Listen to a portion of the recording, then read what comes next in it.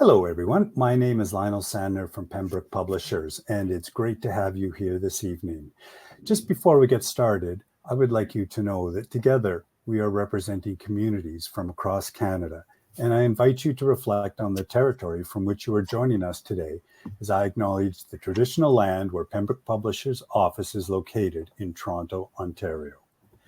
Pembroke Publishers' office is situated upon the traditional territories and ancestral lands of the Mississaugas of the Anishinaabe, the Haudenosaunee Confederacy, and the Wendat.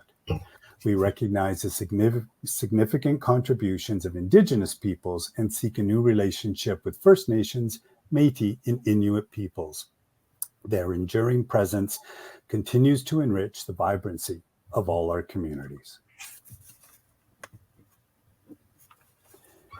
And now I'd like to again welcome everyone here today. Here at Pembroke, we are pleased to provide a virtual space for educators to come together in a respectful manner to discuss a range of issues related to classrooms across the country. You have a chat on the right side of your screen, and that will be monitored. And questions that you put in there will bring forward to the panel at the end of the presentation. But for now, I would like to introduce my co-host, Dr. Karen Mock, a founding member and current chair of the Enhancing Social Justice Education Group, human rights consultant, educational psychologist, and teacher educator. She has taught at the University of Toronto, Ryerson Polytechnical University, and York University. And as I was kind of doing a little bit sleuthing, I noticed that of many amazing things in her career, one of the things that sort of stood out to me is she developed and taught the first course in Canada on multicultural, anti-racist teacher education. And I think it's also of note, and I didn't know this, Karen, till I tracked it down, but she has had several awards and honors for her work. Most recently, the Queen's Diamond Jubilee Medal, the King Charles Coronation Medal, and the Order of Canada. So congratulations. I know in education we don't talk about those things a lot, so it's nice to recognize successes when we can. So it's great to have you here, and I'll pass the mic over to you. Thank you so much, Lionel. I am so pleased that the Enhancing Social Justice Education Group is able to co-host this important and so timely webinar with Pembroke. So thank you so much for including us in this, and especially with two ESJE profs. The Enhancing Social Justice Education Group, which I'm not even sure they know, was actually started at ESJE almost 15 years ago, when it became clear that some of us who were alumni and grad students and professors wanted to do something to ensure that social justice education remained truly inclusive. And this book that we're about to hear more about is one that is indeed truly inclusive.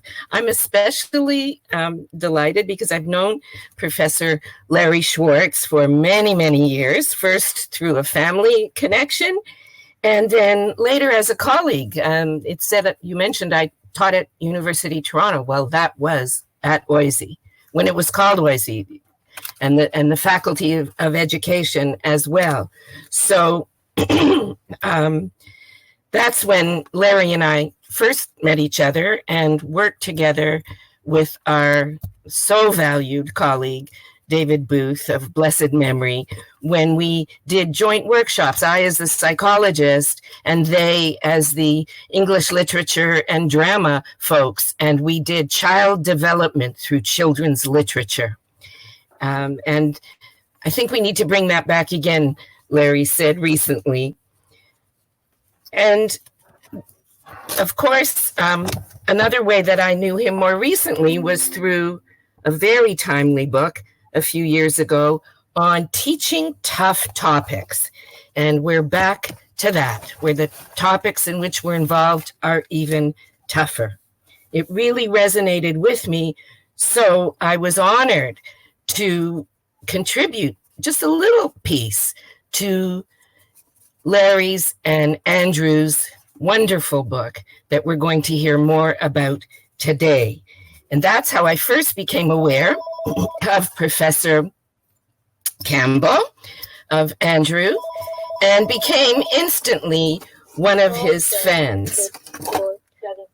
I'm sorry, I did put my own phone on airplane mode, but sadly, not the landline. Who has landlines these days? Anyway, well, that's how I was introduced to Andrew and became a fan. As you will see in the current climate, this book is a very important book. Thank you, both of you, for writing it. You'll hear a little bit more from me later, but I especially want to thank Lionel and Pembroke Publishers for continuing to provide such valuable resources for educators. Too many shy away from some of the more difficult topics and don't do that. Thank you all for joining us.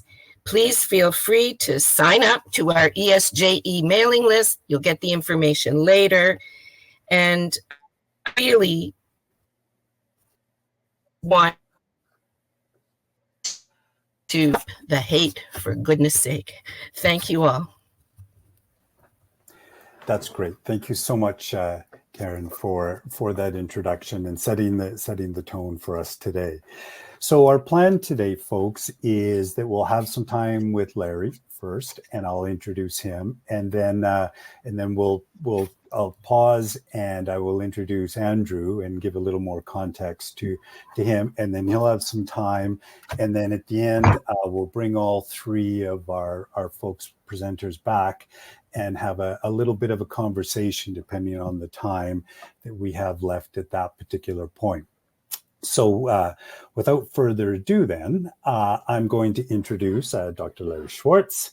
They say in the pandemic, there were lots of things going on, but there was also a silver lining, I think, for all of us. And certain things happened that wouldn't have happened. And one of those silver linings for me was meeting Larry, just through his love of literature and working with Pembroke. And over the last 3 years, I've developed a friend that I didn't know I would ever have. And so it's an unbelievable pleasure to introduce this evening Larry Swartz.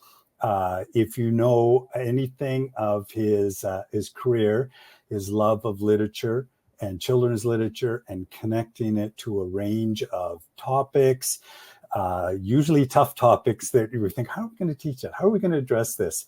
Larry's the guy that seems to be able to connect it. And I've spent many workshops kind of sitting in the corner watching him just share his love and his passion for children's literature, and teachers just rapidly writing down whatever he's saying because it's so valuable. So Larry, it's great to have you here. I'll get your slide deck set up and we'll get started. Thank you, Lionel. Thank you. Great. So welcome everybody. It's an exciting night for me because we're not just talking about the book, it's the message of having classroom conversations. So my job is to give you an overview of what the book is about, but also look at how we might, whatever our role is, we know we have the range of roles, whether you're a classroom teacher or administrator, a consultant, or working with an organization. How do we build these conversations? So there's some practical messages in my delivery today. If it was more of an interactive workshop, if you were sitting in front of me, you would be talking to each other, but we are encouraging questions to come from you. And I would like to demonstrate those strategies. And you're going to hear me talk about books. My job is teaching at ESJE in the initial teacher education program, the Masters of Teaching Education program, so beginning teachers. And right now I teach courses in multicultural children's literature. So my world is about books, and you'll get a few titles, and you will get an extensive bibliography that Lionel will send out with some titles that connect to my message today. And Lionel's been great enough, he's going to press the button, so I'm going to keep saying next because he's a master at controlling me. So there's the title of the book if you haven't mentioned it. We had some different titles, Andrew and I, disrupting hate, erasing hate. We came up with Stop the Hate, but I added that punchline, for goodness sake, why do we need to stop the hate? And I like the way the cover designer did that in different colors. If you're not familiar with the book, there's the cover, and it's available through Pembroke, and Lionel will give you some information about that. So I'm just going to keep saying next, Lionel, and you can just do it. So the subtitle is How Can Classroom Teachers Disrupt Discrimination? So the word disruption, Andrew and I worked very carefully at, in order to promote hope, foster healing, and inspire joyful learning. So healing and joyful learning is something that is a thread throughout. So that's the subtitle, and our goal is to disrupt discrimination. Next.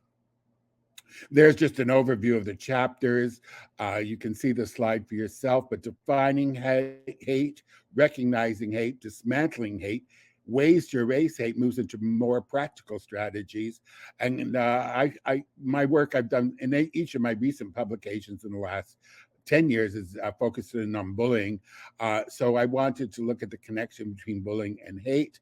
And Andrew does a brilliant job of creating safe schools and cultures for all, with a beautiful 10 tips for a tool trip for disrupting hate. So that's just an overview, and it's a dip-in book, and you'll see practical strategies throughout. Next.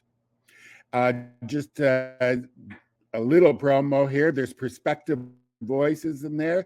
Andrew and I turn to colleagues, we turn to authors, we turn to students who can support us, and Karen does a staggering job for us, in particularly looking at anti-Semitism in that particular section.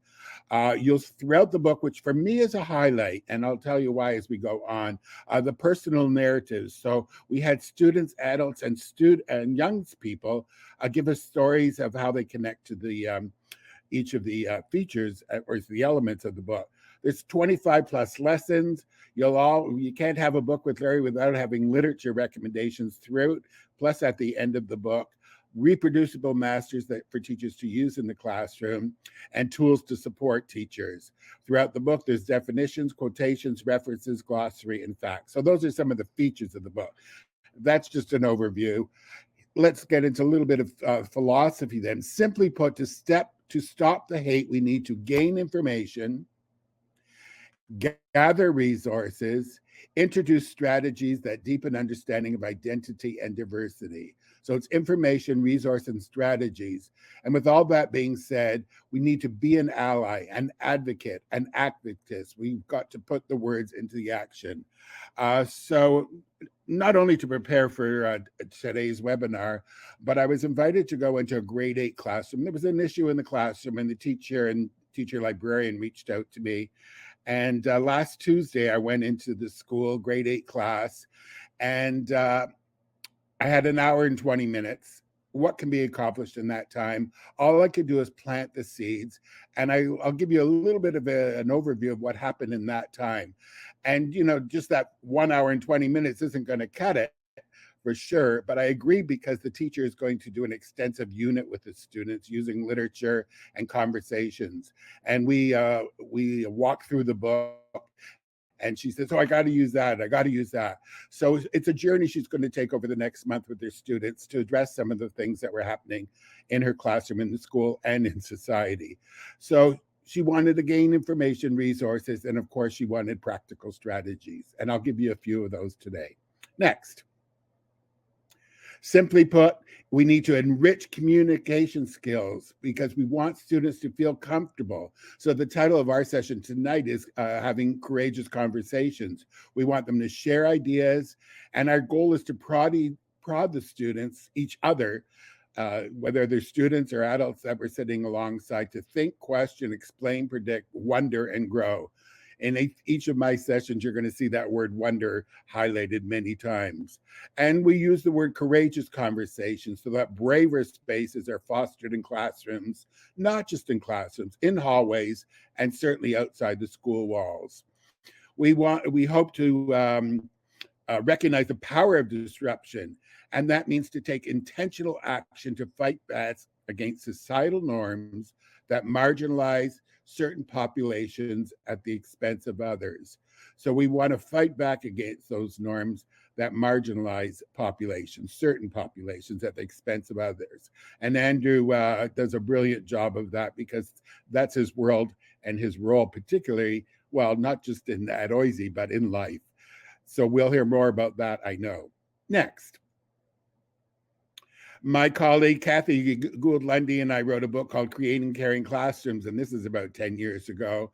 And I had to borrow this quotation. Some teachers might say that they don't have time to do this, that it takes too much planning, energy, and time away from the real purpose of education, that is to teach the curriculum.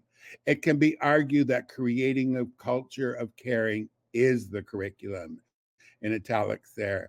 So I borrowed that quotation that Kathy put in the introduction to our book. But where do we find time in our classrooms? We have to teach math, science, and social studies, and the arts and phys ed.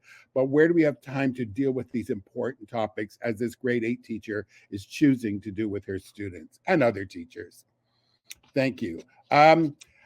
This is one activity that I started with the students, and I've had very good success to get them thinking about it. I first asked the question, what are things that you hate? And they didn't know what to make of Uncle Larry here. And I said they didn't put up their hands. They were reluctant to speak out in front of others. And so I said, well, write it down on the piece of paper, because I want you to think about, what do you hate? Do you hate broccoli? Do you hate the color blue? So I have a whole list of them in our book too that I've done when I prepared this workshop with other students. I was gathering data. Andrew and I were gathering data to put it in the book. And the activity is called Finding a Definition of Hate. So I give the kids a file card. I love using file cards. And I ask them, how would you define hate if you were writing a dictionary? I'm going to read some of these out that are in the book again. A word normally used with anger and negativity, jealousy, and power. Look at the words that grade 6 student chose: negativity, anger, and power. A strong dislike. A lot of the students had the word dislike in their definitions, but it's a strong dislike that can sometimes lead to violence or be a crime. So again, our goal is to show what's the difference between hate and a hate crime. Not the difference, but what is the connection? Hate is something that commonly results in pain and emotional hurt. So the word pain there, and moving right into the emotions from a grade 7 students. When you absolutely despise something or someone, and you think that life would be better without that thing or person. Very strong statement. Very strong statement. So why do we hate those people? You despise them. So that's a very strong choice of a synonym for hate. And you think that life would be better without them. And for that grade 8 student, that's what hate is. And another one that touched my heart, something you feel when you don't love yourself. So all realms of hate. And these were grade 6, 7, 8 students. And I have others in the book, but you'd be surprised how the students articulate, without looking at the dictionary, without going into Google, how would you define hate? And the activity has them write it independently. Then they work with a partner to synthesize definitions and borrow definitions. And then then we have a class definition as well. We come to a group definition. So there's one practical strategy that you can use. And another activity, I said, well, your dictionary is not allowed any words. We don't want any verbal definition. And look at these I chose 4 to put in the book. I have a collection of 200 in here, and I would like to do more in them. Let's just go back to that one before. So look at thanks, Lionel. So is that the image of a world eating or spewing out? Many kids, a number of kids chose that cloud and that spiral to represent what hate is. So is it eating it or is it spewing out? And this other one, 2 faces. A lot of kids used speech bubbles or thought bubbles. So we see that face, I'm fine. We see the eyes there with a smiling face as a mask in front. Says a lot to me. We can interpret these in any way. I just took them away and looked at them in my office when I did that. But that spoke to me, as every picture did, every one that the students did. And the next one is another visual one, almost like a jail, and he's got the word hate repeated over and over and over again with a silhouette there. And the next one seems to be a little bit oppressive, with those lines graduating, getting longer and longer, with some words connected to hate. So this is where I just and reflecting on what happened last Tuesday, this was a turning point in the workshop because each of the kids did it, and I praised their work with sincerity. They shared their work very informally as well. This was a turning point now where kids felt comfortable knowing that I wasn't just testing them. I wanted to honor and validate what they were thinking. Another statement that I use with all of this work is choosing to reveal. So these kids would have things in their head about what do you hate, whether it's liver or whether it's waking up in the morning early, but it's choosing to reveal what's going on inside their head. And I said, I have a hunch that none of you would have, I hate Jews, I hate gays. But where does that move into when we move into hating populations and communities? And none of the kids did that. None of the kids talked about that. They wouldn't, but it's choosing to reveal that. And that might come through in their stories or further discussion.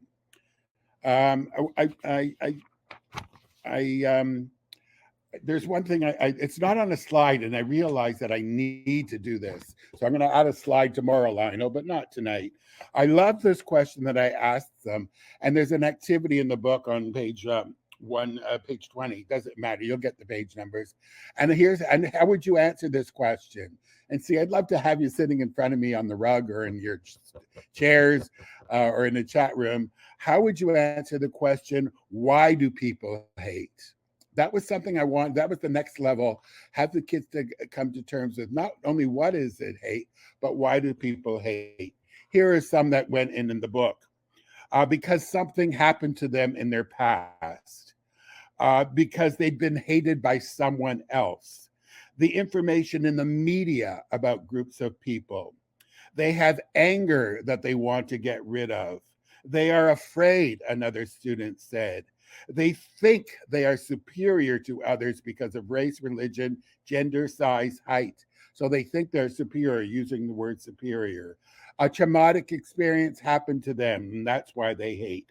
I think it's because some people think they have more power than others. They have a stereotypical mindset. All blank people are blank because blank. So the student used into stereotypical mindset. So these kids were able to articulate that, and there's an activity that has them prioritize and think about that. And I didn't make it into a slide, but it's something that I'm going to do. Another thing that I believe in strongly, Lionel, I think we can do the next one, is case studies. I have a page of these.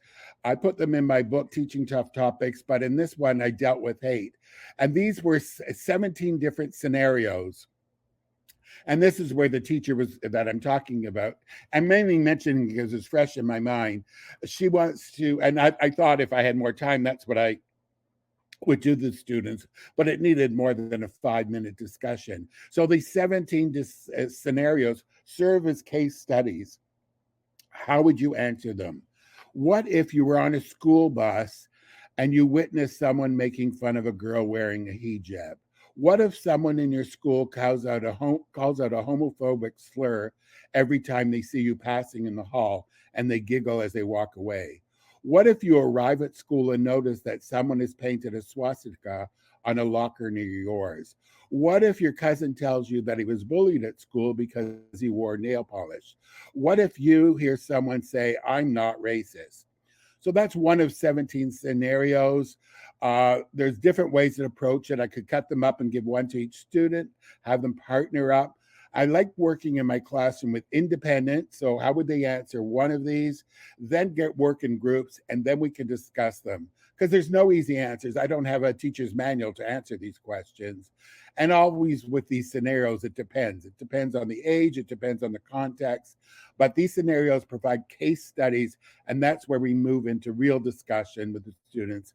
And that's where the teacher is going to unpack that with the students. Okay, Lionel. Oh, my favorite thing, a children's literature approach to understanding hate. So what's books got to do with it? Why use children's literature? First of all, they can connect to the stories and help make connections. In the world of literacy, we called it text-to-self connections. But if a student puts up his hand or even thinks silently as they're reading something, hey, this reminds me of ... then we know the book has done its job. And then we see how an author helps to resolve problems. Is it realistic? How would you do it differently? For sure, I'm always into inquiry, raising questions that might emerge. We learn about the identities and cultures of others through literature. An important addendum to that is so that they can reflect on their own identity and culture. Any one of the books, I'm talking about picture books, novels, poems, and nonfiction, they are narratives as case studies that we can unpack. And I'll give you some examples in a couple of slides. And then they serve as artifacts in our classroom, artifacts for response and reflection. We talk, we write, we draw, and we move into the arts as well. So any of those pieces of literature. This is probably the one that I would put a highlight, a highlighter marker. And this is one thing I want to emphasize 2 or 3 times before I finish my little chat with you. The strongest way to approach any of this work is when the kids tell stories. So one way to approach this, it can come from the literature, but when the kids tell their own stories, and I'd like you to look at this list. And again, not that I wish, but if we were in an interactive mode, and I know that as you hear this list, do you have a story about racism? Do you have a story about anti-Semitism, Islamophobia, ableism, classism, homophobia or transphobia, or bullying? So when I was gathering my data, I gave the kids a choice of what they might think about. Do you have a story about one of these issues or hate realms? Sometimes maybe I just wanted to focus in on racism, but in this case, I focused in, I gave them a choice. And there wasn't a student out of the 200 who didn't have a story. Here's the trick. It doesn't have to have happened to you, but does it happen to somebody you know or something you heard about? Maybe on the media, for example. But do you have a story about any one of those? And I know that given time in a different context, everybody who's joined us today has at least one story about them. And now it's that choosing to reveal the story. So they're not going to make it public. They wouldn't with me as a guest in their classroom. But they turn and talk. And if a student says, oh, I don't have a story, I said, well, listen to somebody else's story and see if it reminds you. So this is where we can have some rich conversations. And personal narratives for me is one of well, I'm going to punctuate it. It has to be one thing that we do with the students. And that's where I said to the teacher, because I was working towards that with the students, but my time was up. They had to go off to science as well. So they told their stories. And then for me as a literacy instructor, they write the stories. So if I put this on the board or on a slide and said, choose one of these and write a story that happened to you, some kids can do it, many couldn't.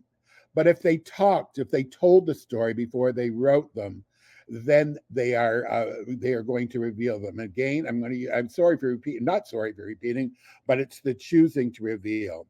Here's some that went into the book. Very recently, Simon came up to my friend and tugged on both our hijabs. We shouted that wasn't okay, but this person just shrugged and walked off. This action infuriated us and made us feel uncomfortable. So some kids talked about the hijab. One girl talked about her henna. A lot of kids talked about, and we may seem like on a basic level, about me being made fun of because of the food that they ate and the lunches they had in the school. I have a story about that there as well. This student, grade 7. This is a story told in my family. My grandparents went on a holiday in the United States. They went into a store and my grandpa asked the clerk, is there a bathroom I can use? And the clerk said, there are no bathrooms for N-word. My grandparents walked out. The lesson learned is there will always, always be racism. I think I was 10 when this happened. I was walking with my friend and a white kid came up to us and called us slaves and the N-word. At that time, I didn't even know what the N-word meant, but that guy must have hated us because our skin was different from his. So sad. And a grade 6 girl, I used to have a friend that was always teased because of her names. Why would someone be so hateful to someone just because of their name? So there's more in the book, but if you work with students, they will share their stories as well. Give them time and that community where they feel comfortable revealing what's going on inside their head. The next one, Lionel. Okay, you have to hose Larry down because he's going to talk about books. Most of these are, you'll get a bibliography, but for my slideshow, I represented these. The first slide is Canadians. David A. Robertson is a hero for children's literature. He works in Winnipeg. His book, When We Are Alone, is a great introduction that he illustrated with Sherry Flitt about the residential school experience. He's written many books, but I chose this one, not just because it won an award, because it unpacks important information. The Brave Princess and Me, my dear friend, and a hero for particularly looking at historical fiction and anti-Semitism. Kathy Casey wrote the book, The Brave Princess and Me, a story about a deaf girl in Greece who was hidden by a princess.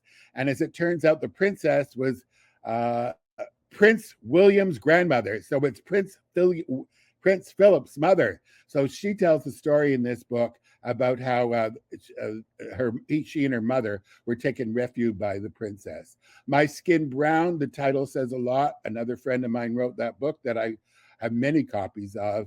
And The Sky Blue Bench from Pajama Press, looking at what I like about this book. It looks at two worlds. It looks at the world of girl education, and the girl is a disability, and she goes to school for the first time, and she can't sit like the other kids are sitting in the class. So they come together as a community and build their bench. Okay, that's just the start. I got a few more. Two more for young people in particular. We Belong Here, Frida Wyszynski, another friend. Frida Wyszynski is Jewish. Ruth Owe is Japanese. Semi-autobiographical. The Jewish girl talks about how she was made fun of and some anti-Semitic slants that she's heard when she was a young girl. And the Japanese boy tells his story about his father who was fired from the job. So look at the word belong there. We belong there. In my bibliography, I have books about inclusion and acceptance. And Everyone is Welcome is one of the strongest picture books recently by Fong Truong, about anti-Asian racism. And that's from Second Story Press. And that one, so she talks about her grandma and her mother who were made fun of. So anti-Asian racism. Next. This is the one that I've been using. The students' responses are strong. It won the Best Picture Book Caldecott Award last year, and it moves into a different type of hate. The girl is made fun of because her size. So you can see from the cover that she's big. This is the one that I'm workshopping, and I have great responses from kindergarten to grade 8 in particular about this girl where mean things were said to her. And she holds those words in her hand and she says, these hate words belong to you. So big, I can't recommend highly enough. I use that a lot these days. And as I say, it won many awards. Next. One of the strongest stories for me about bullying, Alan Say, he's written books about he's an American Japanese, and he writes memoirs about his experience. And I came across this one a couple of years ago, Kozo the Sparrow, and some bully boys are going to squeeze the life out of this sparrow until a boy comes along and he says, I'll give you whatever you want if you give me that bird and let him free. My little story about this one, the first time I bought it, I went into a grade 2 class and there wasn't a peep in the class. They were really intrigued about the bird, but also about how he dealt with bullying. And one little boy said to me, and this has stayed in my head, he said, I'm going to remember that book for my whole life. And I hope he does. He probably forgot it by the time he went out for recess, but it did have an emotional impact. And again, dealing with bully books, I have a large collection. Next. Then I move into novels. Ghost Boys is a story of a black boy who was shot by a white policeman, and he goes up to heaven and he meets other ghost boys like Emmett Till. The Hate You Give, you got the word hate there. Angie Thomas's book, again, deals with the police brutality. Answers in the Pages, David Livingstone does an amazing job of looking at censorship, because the teacher introduces a book about gay characters, and the parents are going to complain and want the books taken away. The topic of censorship and challenging books is for a whole other discussion, but that book addresses it right on. And I'm trying to get in for 3 years since this book came out. I want every grade 6, 7, 8 teacher to read Linked by Gordon Corman. He's a great author. He's written over, I think he's now done 101 books, maybe 102 now. He's just a great writer, adventurous with humor. But this book, at the beginning of the book, there's a swastika on the boys' locker in a small town in the United States. He doesn't understand what it is. The community doesn't know what it is. I think there's only one Jewish girl in the school. So this boy sets on a project called the Linked Project. He's going to gather 6 million chain links to represent the 6 million Jews who died in the Holocaust. There's other projects that have done that in reality, the Paperclip Project, but this is a novel, and the school, the community, and people from across the states send him links as he tries to understand what is anti-Semitism, what information can we have. I have a bibliography of books about anti-Semitism and the Holocaust. But this book is, my niece who teaches grade 7, she bought 25 copies of this book in hardcover for her class. And every class I go into, they said, oh yeah, we've read it. But I think that's an important book to read. And it since has come out in paperback. Just a few more. These ones are all about anti-Asian racism. You must read the Front Desk series. Kelly Yang is a hero. I think she writes a book every year. This is about an Asian, her experiences, semi-autobiographical in her books, about moving to America in the 90s, and she works in a motel that her parents run. Then she wrote 2 books, Finally Seen and Finally Heard, that look at anti-Asian racism during the time of the pandemic. And she talks about, I think it's the second one, Finally Heard, and she talks about how her books were challenged and banned because of their content of dealing with her culture.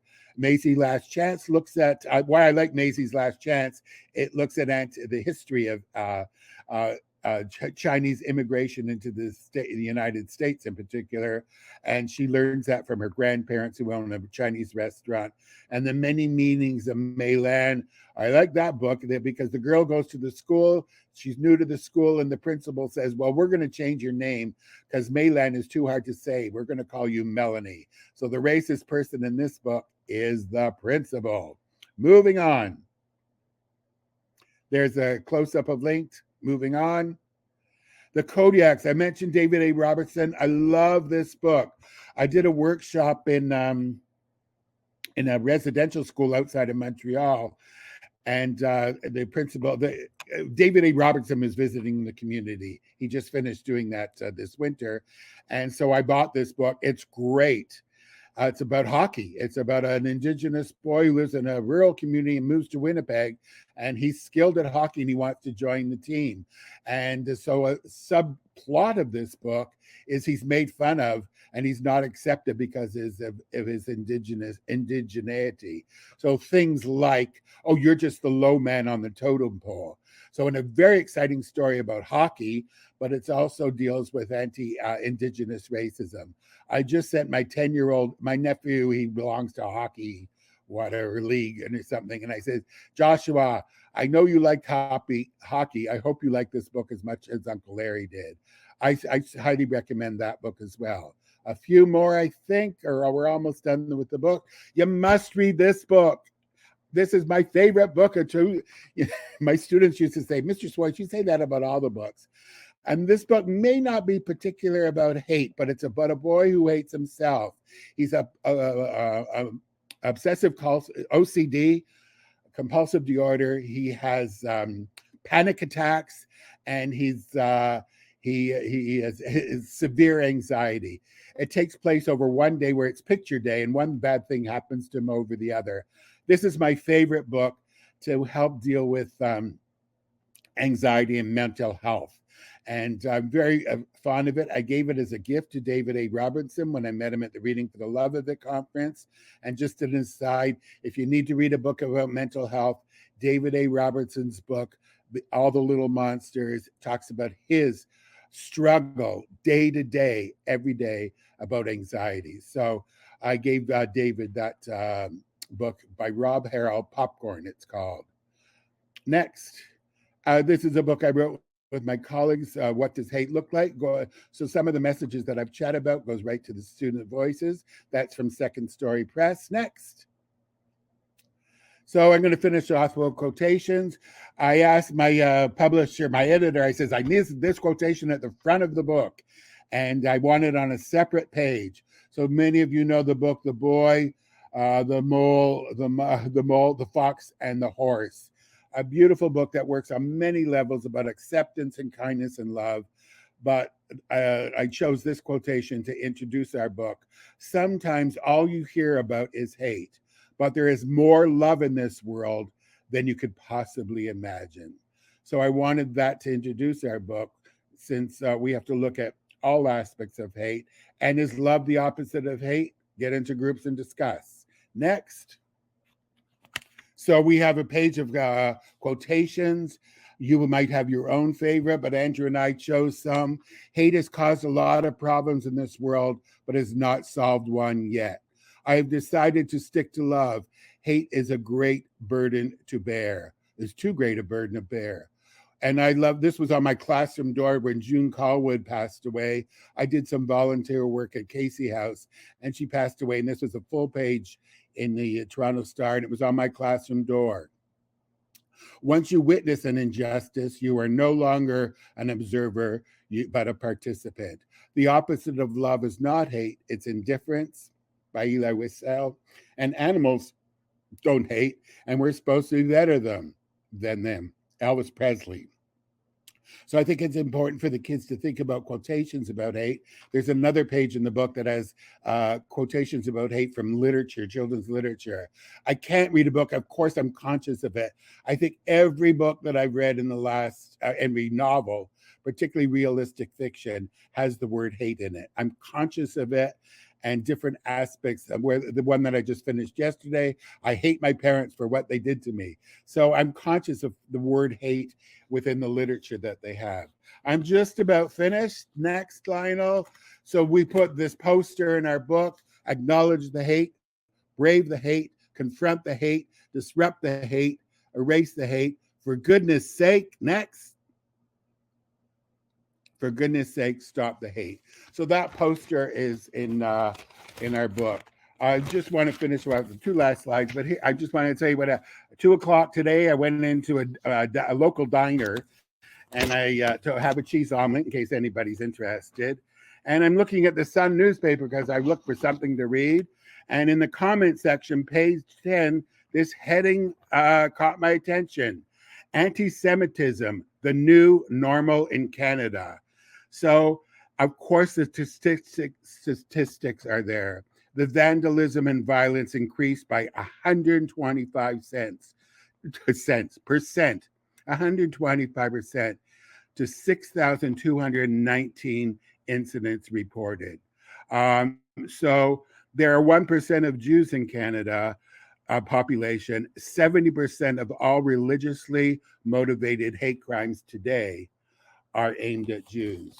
When Andrew and I published this book a couple of years ago, we knew that we couldn't put statistics in because they keep changing. We tried to, I think the opening pages, Andrew does a great job of looking some hate incidents in the last decade or so. And 2022 is when we stopped in the book. And we know that we could certainly add to those hate incidents. The story that I read on the weekend about a Jewish couple whose cafe was vandalized just because they were Jewish. The woman who was attacked in Brampton because she was wearing a hijab. So the stories are there in the newspaper. I don't need to tell you that, but how do we deal with that? So the statistics are changing. When I think we first wrote this book, number one was anti-Black racism. And that, not that it's not important, believe me, it's not my message, but that used to be high up there. Number two was homophobia. And that's sort of what crept up to number one. The statistics keep changing. Tomorrow, I'm doing a workshop on Windsor to honor Wearing Pink Day.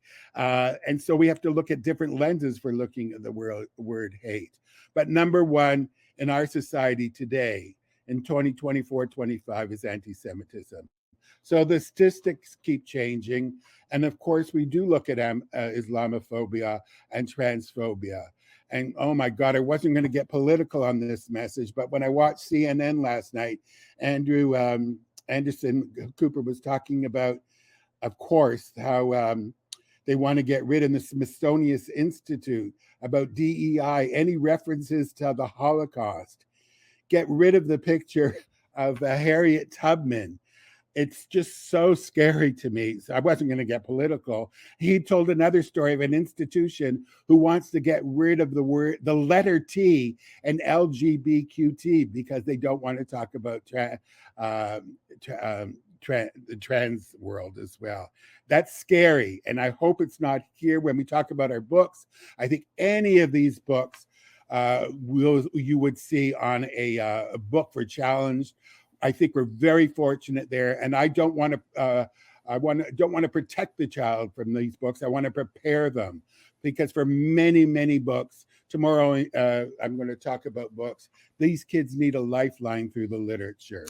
And I think I have two more slides. I know I've chatted on. I am no longer accepting the things I cannot change. I am changing the things I cannot accept. I know that Andrew uses that to introduce one of his chapters. And one last book that I'm going to talk about, I think this is what I finished yesterday morning. You must read this book if you care about racism. Everything learned about racism, I learned in school. She wrote a book for the teenagers called This Book is Anti-Racist, where she gives explanations. This book knocked me out because she talks about her journey as a student, as a Black, biracial student in elementary school, high school, university, and she talks about her experiences, and she gives statistics and definition. But what I love about this book for me is she invited about 20 people to tell stories about how these are adults experiencing racism. So in that capacity, I think it's an essential book. I have one more slide, Lionel. Did you? Oh my God. Sorry. I've got an ending. That's my bad. It's my bad because I saw. So this is what I told the language. I chose one quote. The language we use is powerful. The words we are taught from our earliest days hold incredible power. They shape the world around us and bring understanding of it. The language we use can bring us together. It can also exclude and divide us. So I turned the pages down many times, but this quotation is one I put on the slide yesterday morning. And she also talks about my little sticky note here. She says, really, people aren't the problem. It's the institutions that are. And to unpack that, read that book to talk about it. Again, she's looking at it from a Black woman's lens as well. So it's about the words. And my final thing is, where do we learn hate? So I'm a Broadway musical baby. And this is from South Pacific. The incident, it's, a biracial romance, if you remember the story of South Pacific. And there's a scene, you can see the clip, and he says to her, where did she get this from? Why did she learn to hate? He goes, well, she was born that way. No, you're not born that way. You've got to be taught. You've got to be taught to hate and fear.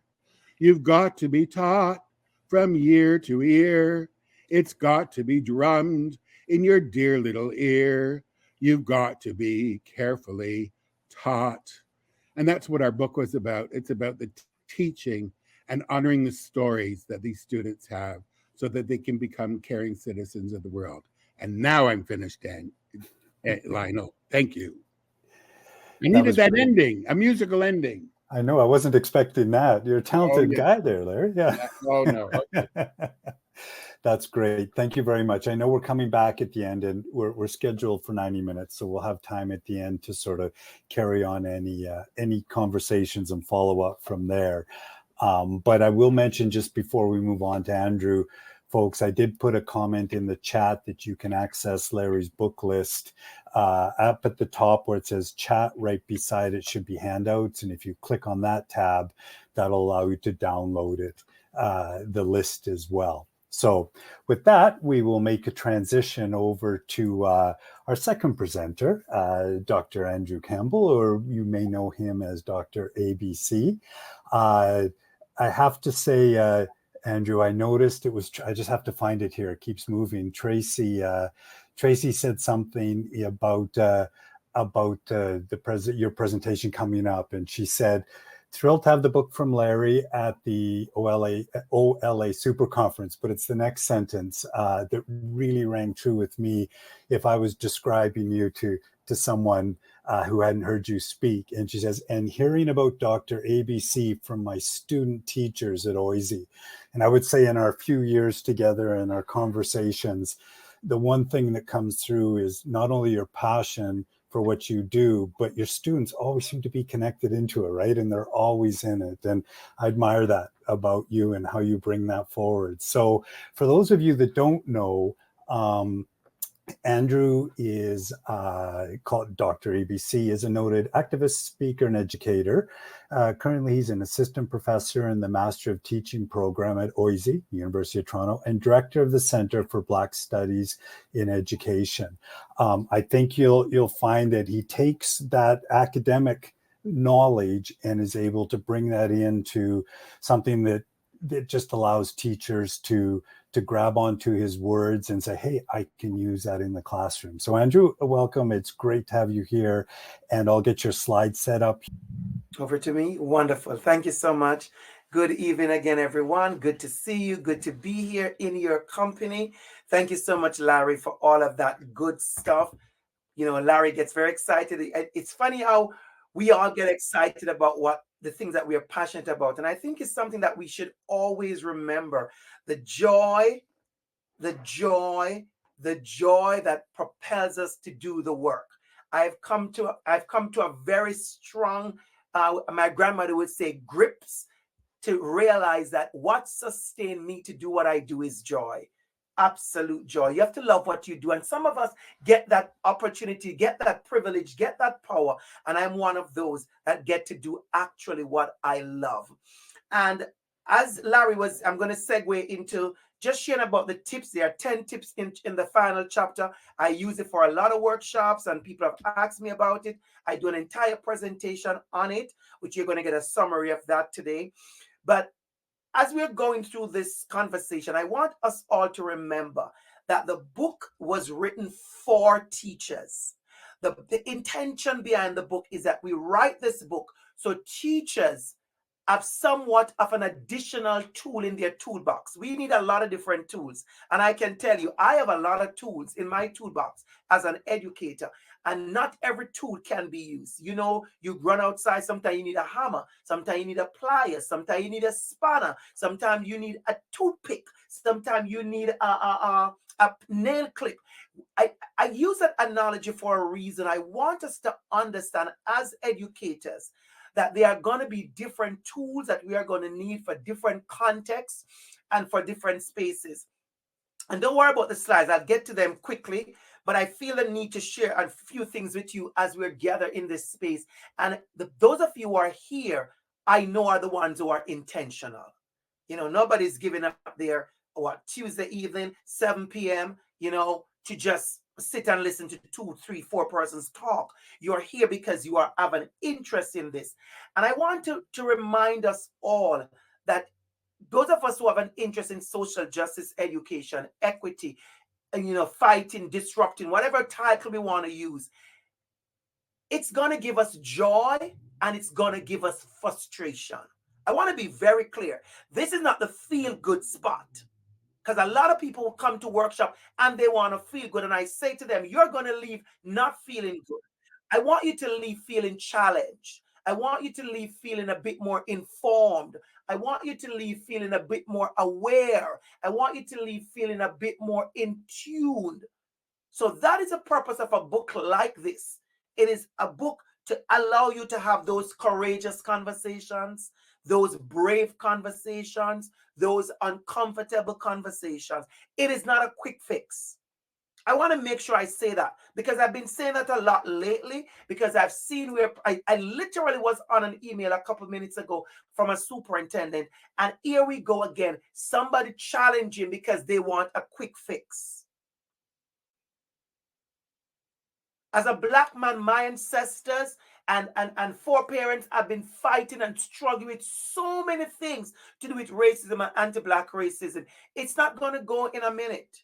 You know, Larry talked about some of the things that, you know, the data is changing. The data is going to be changing because we are a part of a society that is changing. It's funny that Larry mentioned the first part of the book about the things that I mentioned, incidents over the years. And this was a part of it where I mentioned some of the incidents in the first 2 pages of chapter 1. And I just want to inform Larry, because I know many people don't know, that we talk about LGBTQ issues in the Caribbean and in Trinidad in particular. In 2018 in Trinidad, the High Court decriminalized consensual same-sex activity, right? LGBTQ, right? And it was 2018. In March, last week, in Trinidad, they reversed it. On March the 25th, 2025, that ruling, that win, that stop the hate, that pushback is now reversed. I am using that as a conversation because I kind of want to sober us up a little bit. I want to kind of pinch us a little bit to say to us, when you are doing this work, I have people come to me and you're frustrated because your school has not won certain things and it's not happening. I want you to realize we are in a constant space of learning, growing, disrupting. Something we think was disrupted has popped back up. I really want to take that time to kind of underline that. And then I'll get quickly into some of these. So in the book, in the summary at the end, we talk about tips. And there are a few tips I'm going to share. And one of those tips is, I'm not going to share everything because we don't have the time. But I want us to be intentional about a couple of the tips. And the first one is about uncovering your unconscious bias. This is a book written for teachers. I want teachers to understand that their work begins with us. Too often we are coming into these workshops and we want to fix everything. We want to fix everyone. We want to fix every language of hate and hurt. This t-shirt is from the Harmony movement. Beautiful t-shirt, right? Words matter. And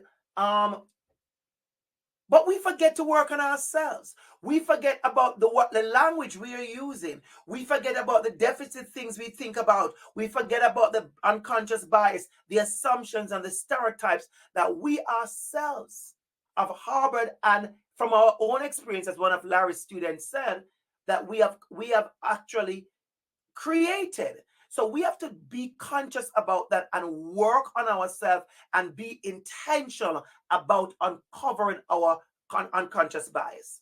The next one I want to talk about quickly is the mindset. I'm going to go fast through them so we can have Q&A. Is our mindset.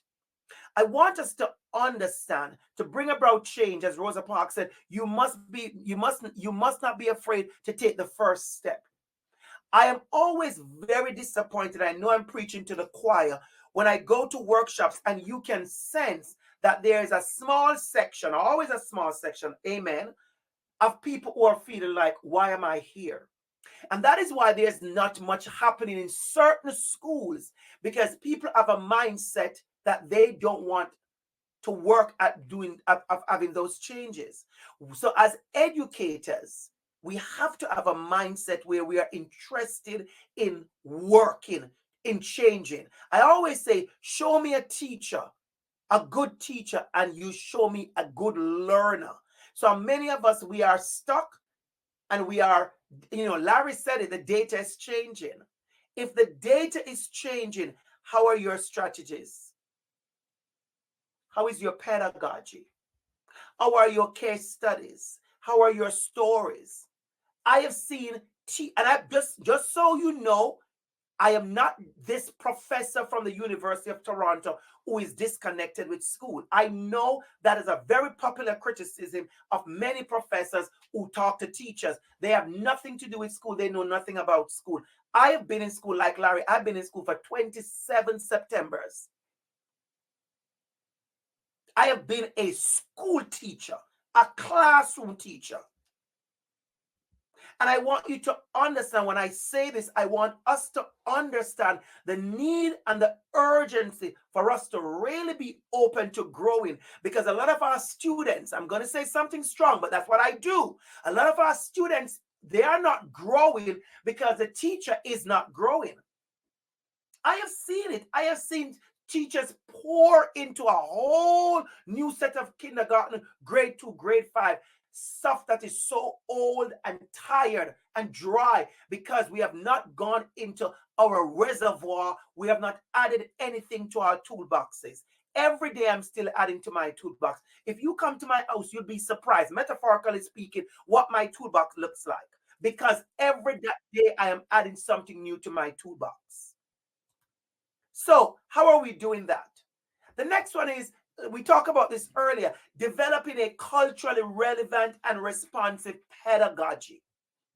And I want to remind us, Larry spoke a lot about books and books that tell our stories and books that are representative and books that are full of imagination, books that talk about the persons like myself who have been excluded from books.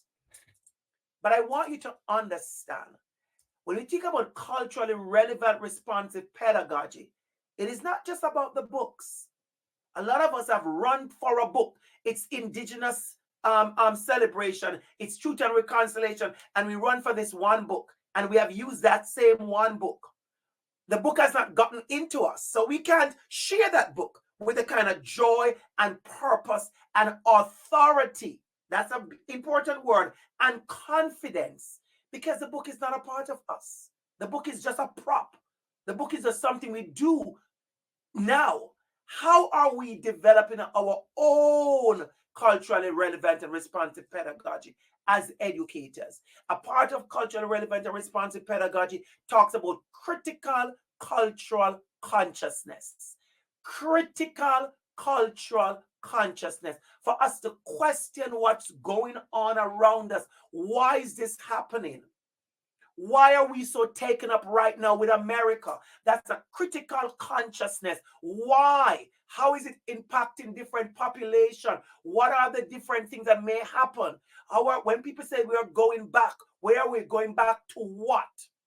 I want us to understand, when we talk about culturally relevant and responsive pedagogy, as educators, I'm speaking to you.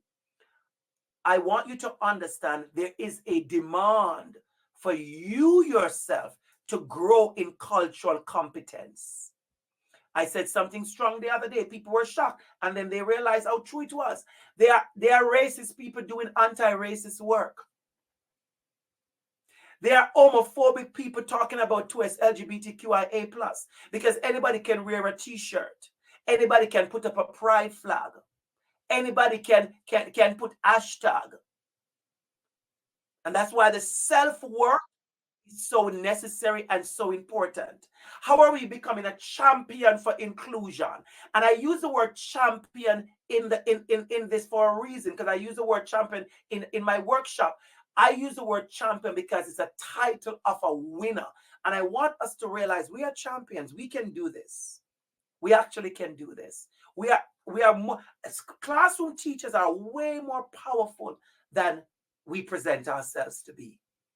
And I've said this. You go on my line, you go on my YouTube, you see I said, Classroom teachers are way more powerful than we present ourselves to be. We have the power to let a child that walks into a school feel a sense of pride and power and belonging and joy and identity and confidence and love. And we have the power to let that child feel like they shouldn't even come to this school. Why am I even here? And you do that by your power. You do that by your love, your care, and your cultural competence. That is why I'm going to pause for a minute to say something very powerful.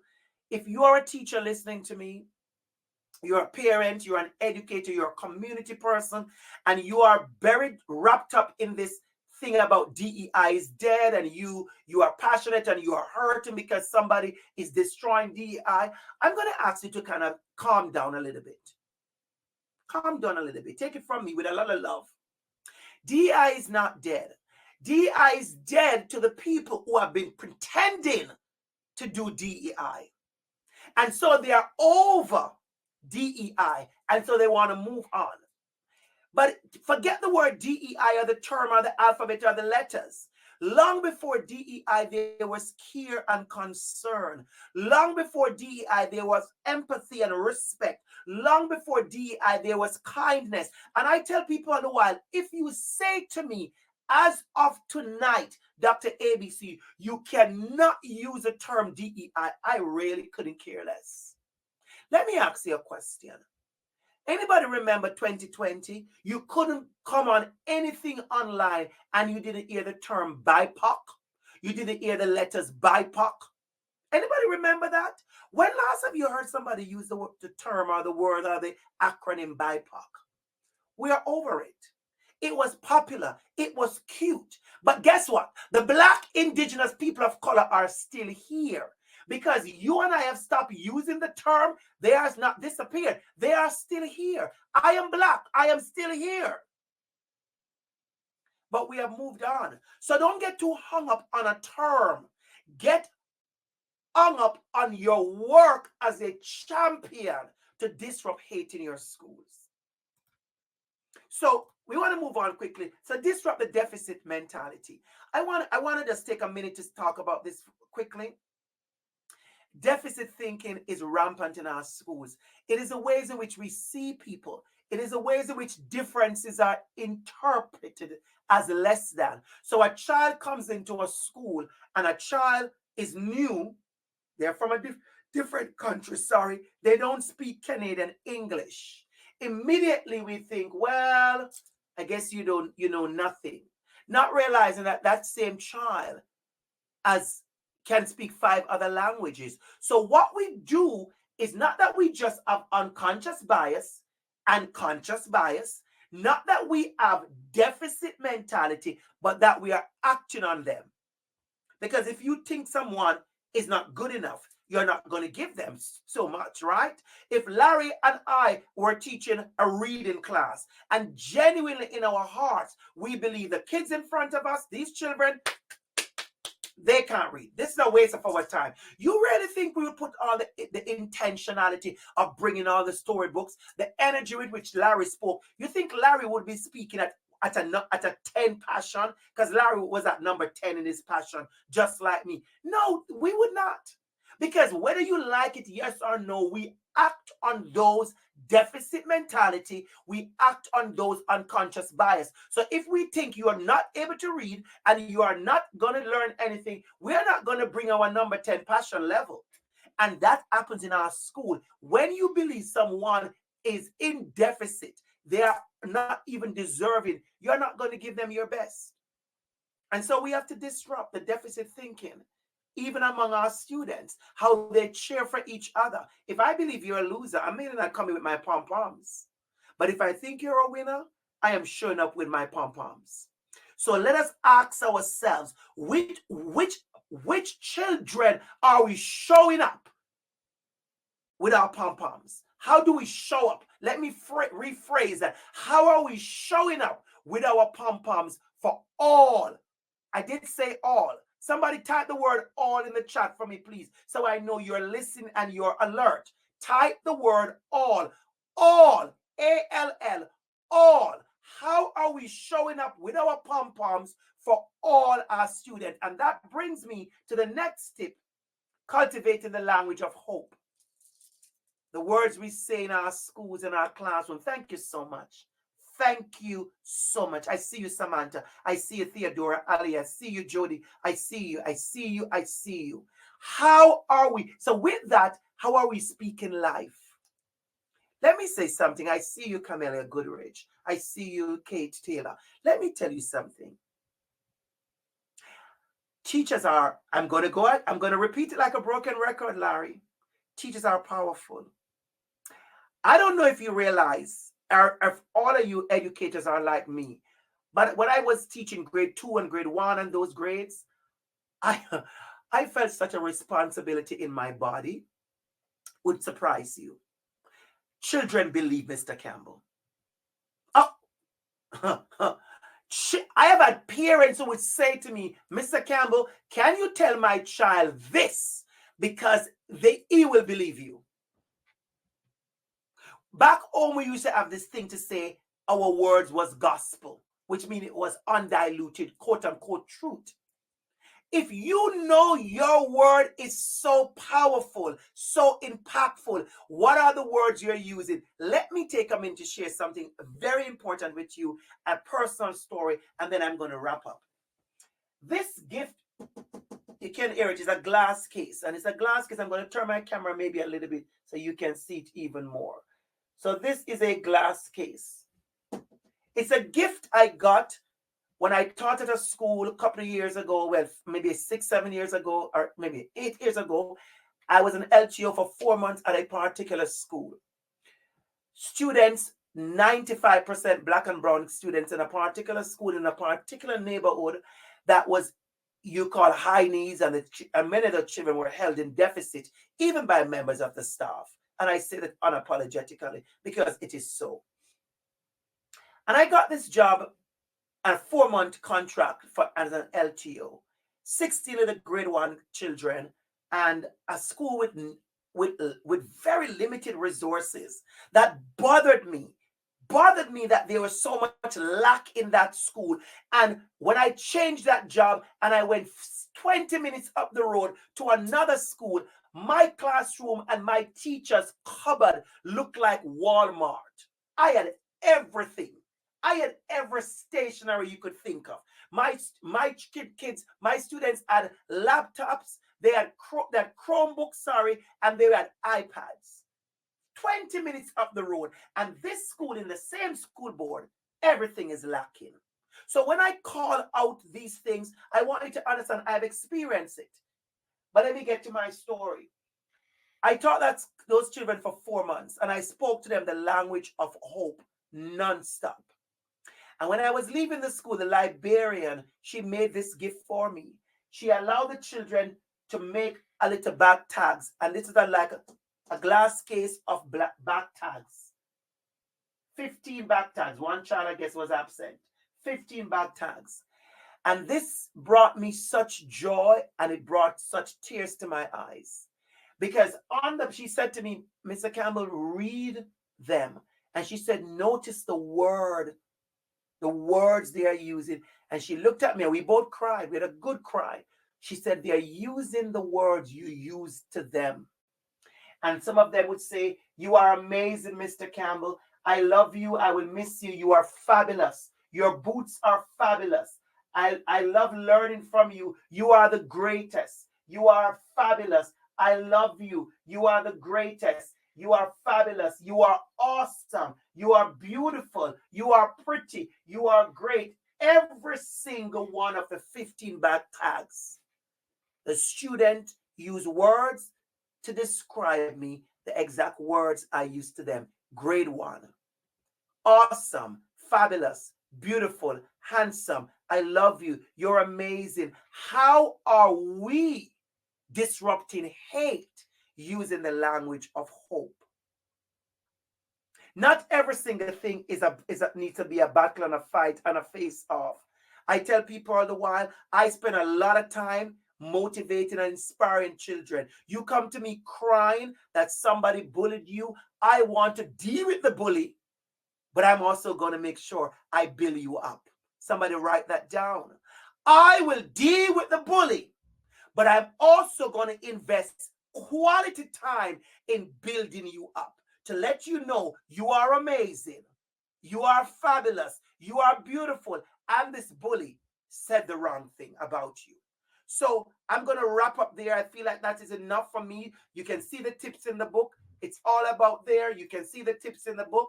You can see the tips in the book, but I want to leave you with that. I want you to remember how powerful you are, educators, and that you have the language of hope, and that your word should ring so powerful that it's bigger than the bully's word. And I believe that is something we need to really work on, that you, the teacher, becomes the most believable person in the school. The children believe me more than the bully, I can tell you. And I work very hard at that. And I will disrupt the bully. And I make them know what the bully is saying is garbage. I use that kind of words because I want them to understand my language of hope is stronger than any bully and words of hate and destruction. Enough love, enough love, enough love. Thank you for listening. And I know we're going to jump into, I think we have about 11 minutes on the clock for some Q&A. So let's do that. Thank you so much. Thank you, Andrew. We're just, we'll get the others joining us here.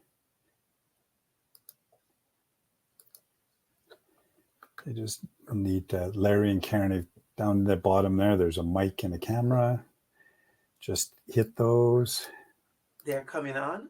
Yeah. The wonders of technology here. We're almost there. There we are. Great. Well, we have a few minutes, and there's a couple questions coming in. And Karen, I think you might have a couple as well.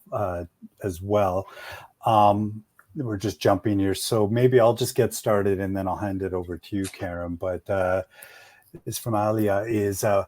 What do you suggest on strategies how to disrupt the deficit language within the building among educators? I know, Andrew, you started to get to that, but I felt like you had more to say on that. So maybe we'll start. I saw that question.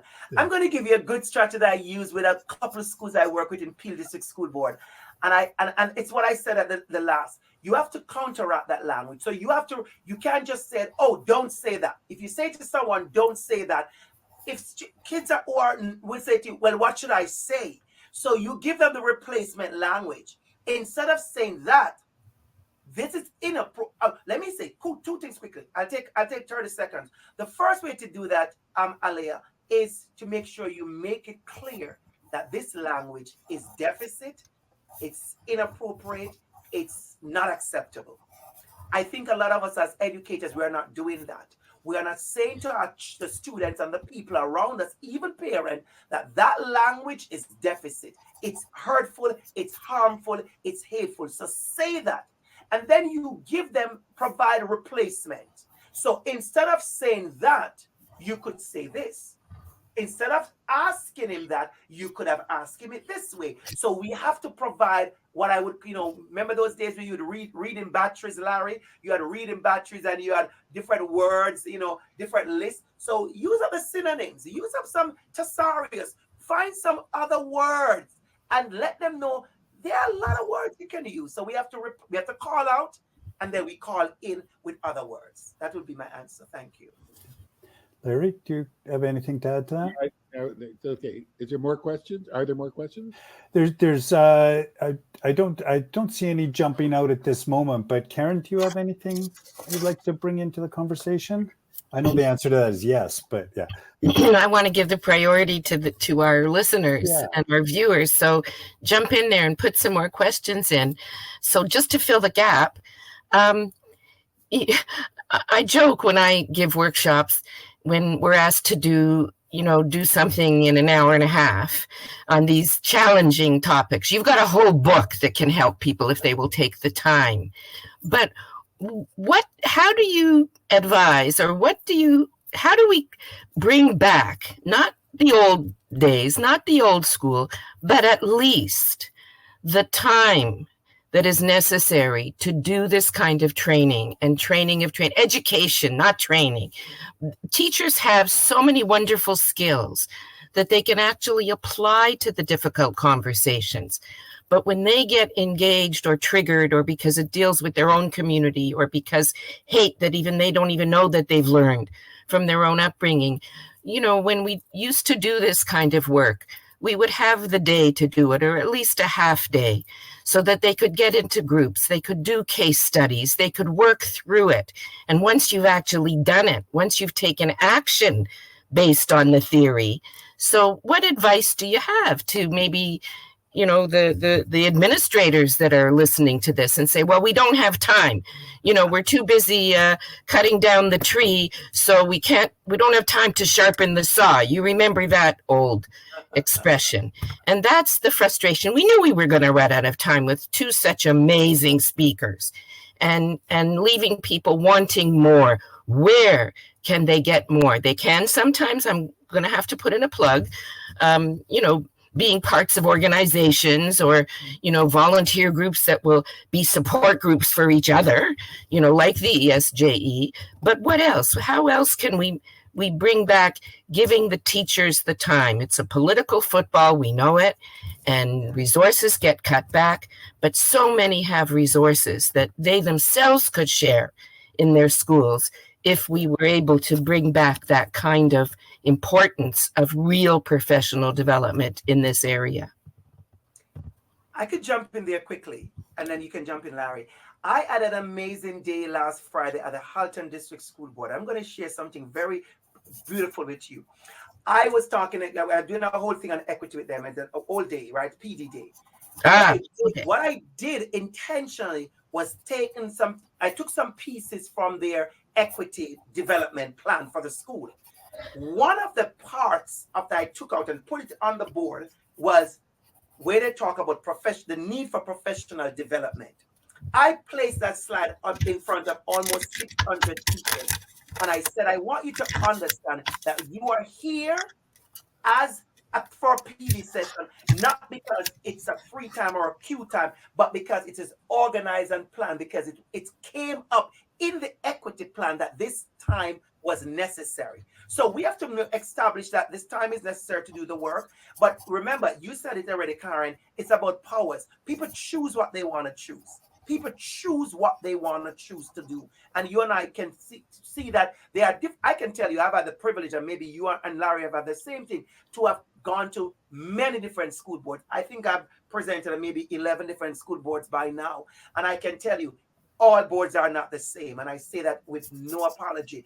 All boards are not the same. There are many people who will want you just for a 40 minutes talk. Like literally, they only have 40 minutes to do equity. And there are boards that will ask you for 5 sessions, 6 sessions. I have done that. So we see the work different. We see work where people are intentional and giving people time and investing in half-day workshops, because I've done those. So it's about the interest. And then the last thing I say on that is, and I'm not putting this responsibility on teachers, because the boards are supposed to provide that opportunity for learning. But in the meantime, teachers, I want you also to be very intentional in your own learning. Like Larry says, you learn so much through books. Books are powerful. How are you creating that space for yourself? But yes, the powers there be, you need to invest in the professional development, because that's how we grow. That is how we grow. I want to bring us a bit full circle, Karen, because we started off acknowledging our colleague and mentor, David Booth. And he always said, how do you get to be good? You surround yourself with good people. So we don't want teachers to stand alone. And, who are your allies? Who is your community? I think I've been very, very lucky in my career to have community and have conversations with people who I agree with or disagree, but help me understand my own philosophy. So David says, surround yourself with good people. So, and it ties to with that teaching tough topics. They are tough topics. It's making decision. Do you want to teach, I'm not against math, subtraction, addition, or do you want to teach kids about caring for each other? The answer, they got to balance that out in their daily lives. Of course, they have to do the curriculum, but as Kathy Lundy said, it is the curriculum. So it's helping teachers. We have to give permissions. We as in an expert authority role, give the teachers permission. And I love the comment from a student who talked about they saw hate in their practice teaching. So how do you confront? It's confronting and disrupting it. Hey, that's not acceptable to me, or help me understand why you would say that about a child. So I think it's, having a conversation, having a colleague, having an ally that you can, and sometimes who those allies are? The kids in front of you. Those are the best book clubs. We wish, and I love principals, we wish that the administrator who has so many goals and interests too coming at them. We got to teach phonics. We got to teach pink shirt day or whatever we got to teach. But I think it's finding those allies and let the kids be, and the parents too. That's just an answer to bring us full circle, Karen. Thank you. That's great, guys. I know we've been going almost 90 minutes. It doesn't feel like it. And basically no one's left because I can sort of monitor the attendance. And so I'm going to ask the permission of the group just for one more question, because Jack asks a really good question and I would love to hear your thoughts on it. So I'll just read it here and then we'll close off, folks. So thank you for try to finish it right on time, and we're going to go a couple minutes over. And so I thank you for that. But I really think this is an important question here. And Jack's comment is, there's a new culture of permission to engage in hate, which reflects in a new cultural norm. I'm wondering how we bring parents and community into this conversation to make it clear that our schools need to be different than what it's been permitted in society in general. Any thoughts on this, Larry and Andrew? I could jump in first. And I get the last word. Okay, wonderful. I'm smiling. Thank you so much for that question, Jack. And thank you. I'm smiling because I have a resource and maybe I could find it and put it in the box. I have a workshop. It's a video that I have. It's on YouTube. It's free, so anybody could take a copy. I'm going to see if I could find and drop it in the box. And there's a conversation I have with schools, parents, and listen carefully. The topic is called Equity Begins at Home. That is the topic. And I speak to parents. I do it in the evening, 6 o'clock, 7 o'clock, dinner time. And I'm going to tell you something, Jack. Thank you so much. One of the things that we are failing our parents with is the honesty. I think we believe honesty. I've been to the phrase where people are uncomfortable, and I must brag a little bit. I've had people who 5 years ago in a workshop said they were uncomfortable, and they've come back to apologize because they have realized over their growth that they weren't uncomfortable with the presenter myself. They're uncomfortable with what they were hearing and how they were internalizing and deal with it. And instead of working, they become offended. So I say to parents, you have a responsibility.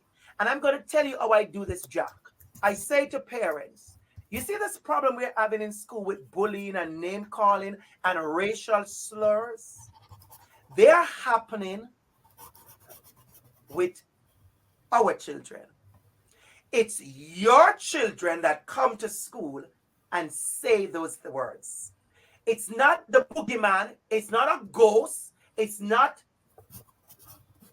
this invisible person. These bullying, dishonest words, harmful words, racial slurs, they're happening with your children. How are you talking to your children about the words that are coming out of their mouth? How are you correcting your children? And I give examples that if I call you in to say to you, your child said this to another child, your first response cannot be, my child did not. I called you all the way from school to a meeting because I have evidence that your child used a homophobic slur, a racial slur, a harmful term. How are you speaking to your child? And I want to say to the parents, we have work to do. And I think the school needs to be very clear to say to parents, this is not acceptable. And I think that's where the weakness is happening. I listen to some of the conversations principals and teachers have with the parents, and it doesn't sound like the child has done anything wrong. It sounds like a fairy tale. You cannot correct a child who has harmed another child by saying, well, maybe that doesn't work. And if we are not confronting it in a courageous way, then we are not doing the work. So we need to do that in a more courageous way. Thank you. Larry? No, Karen gets the final word. Karen. Well, my final word was going to be a thank you to both of you, but I'll just slip in a little something based on the last question that was asked by Jack. And of course, Andrew, I agree with you completely. And I'm thrilled to say that a school that I was just in yesterday, working with the whole faculty for about an hour and a half on all of these issues, they have had the courage to say, can you also do something with our parents? Because even when they define the issues, most teachers define the issues that they want knowledge and skill on to have courageous conversations, and inevitably, many of them write, and what do I say to parents? How do I work with them? So you're right on. And I just want to tell all of our listeners who are educators, help is on the way. There are lots of people doing this work. It's difficult to find them sometimes because it's just got to be by word of mouth. We know that some of the resources are not there, that it's been cut back over the last several years. We've got to continue to work together because there is hope. And hope has, as they have often said, is the last thing to die. And there are so many colleagues. And in every school, there are teachers who have skills in this area. We don't always have to bring in the guest speakers. Yes, we're good at motivational speaking, but at the same time, we can pass that on by offering training of trainers or education programs. So I want to thank you so much, Larry and Andrew, for writing this much needed book. Don't forget the title of the book. We've been talking all about what's in it, but it's a much needed book in today's polarized world to help educators put the theories and policies into practice. Because too many, and one of you said it, too many people who were teaching equity, diversity, and inclusion themselves marginalize and silence others and do not practice equity and inclusion because of their own biases or the way they get triggered. So the challenge of putting theories and policies into practice and not distorting theories. You said words matter, that wonderful session that the Harmony Movement did. People can't just change the meaning of words to suit their political ideologies. And equity, when I hear people talk about, well, there are equity deserving groups, as if equity isn't something we should strive for all of our children. And as we've all said, equity means excellence. So we need to ensure that we have the anti-Black racism and the anti-homophobia and the you name it, all the isms and phobias, but everybody is deserving of equity. And you're absolutely right. The root to it is respect, empathy, compassion, dignity. And we're going to change the words again. We don't have to use those words. You're absolutely dead on, Andrew. We've got to change the words because there's been this horrible backlash against them. So we'll change the words and we'll strive for empathy, for human rights, for dignity, for justice, for social justice. Those will be the words that we use, and we'll achieve that.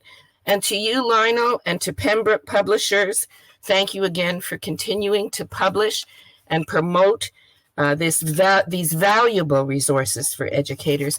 And thank you, all of you, for taking your valuable time this evening to be with us and to be motivated again, because it's thankless work often.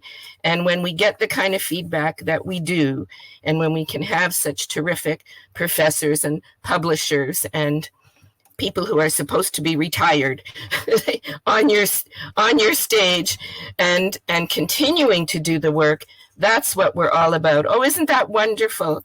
When you buy the book, after this, use this code and you'll be able to get a discount on it and share it with all your colleagues. And I've left the our email address and our website up there. Tell us what more you want in this direction. And again, thank you, merci, miigwech, toda rabah, shukran, everything else. and yes, of course, we strive for peace and justice for all. Thank you so much. Thank you. Thank you, everyone. Have a good evening, and we'll see you next time.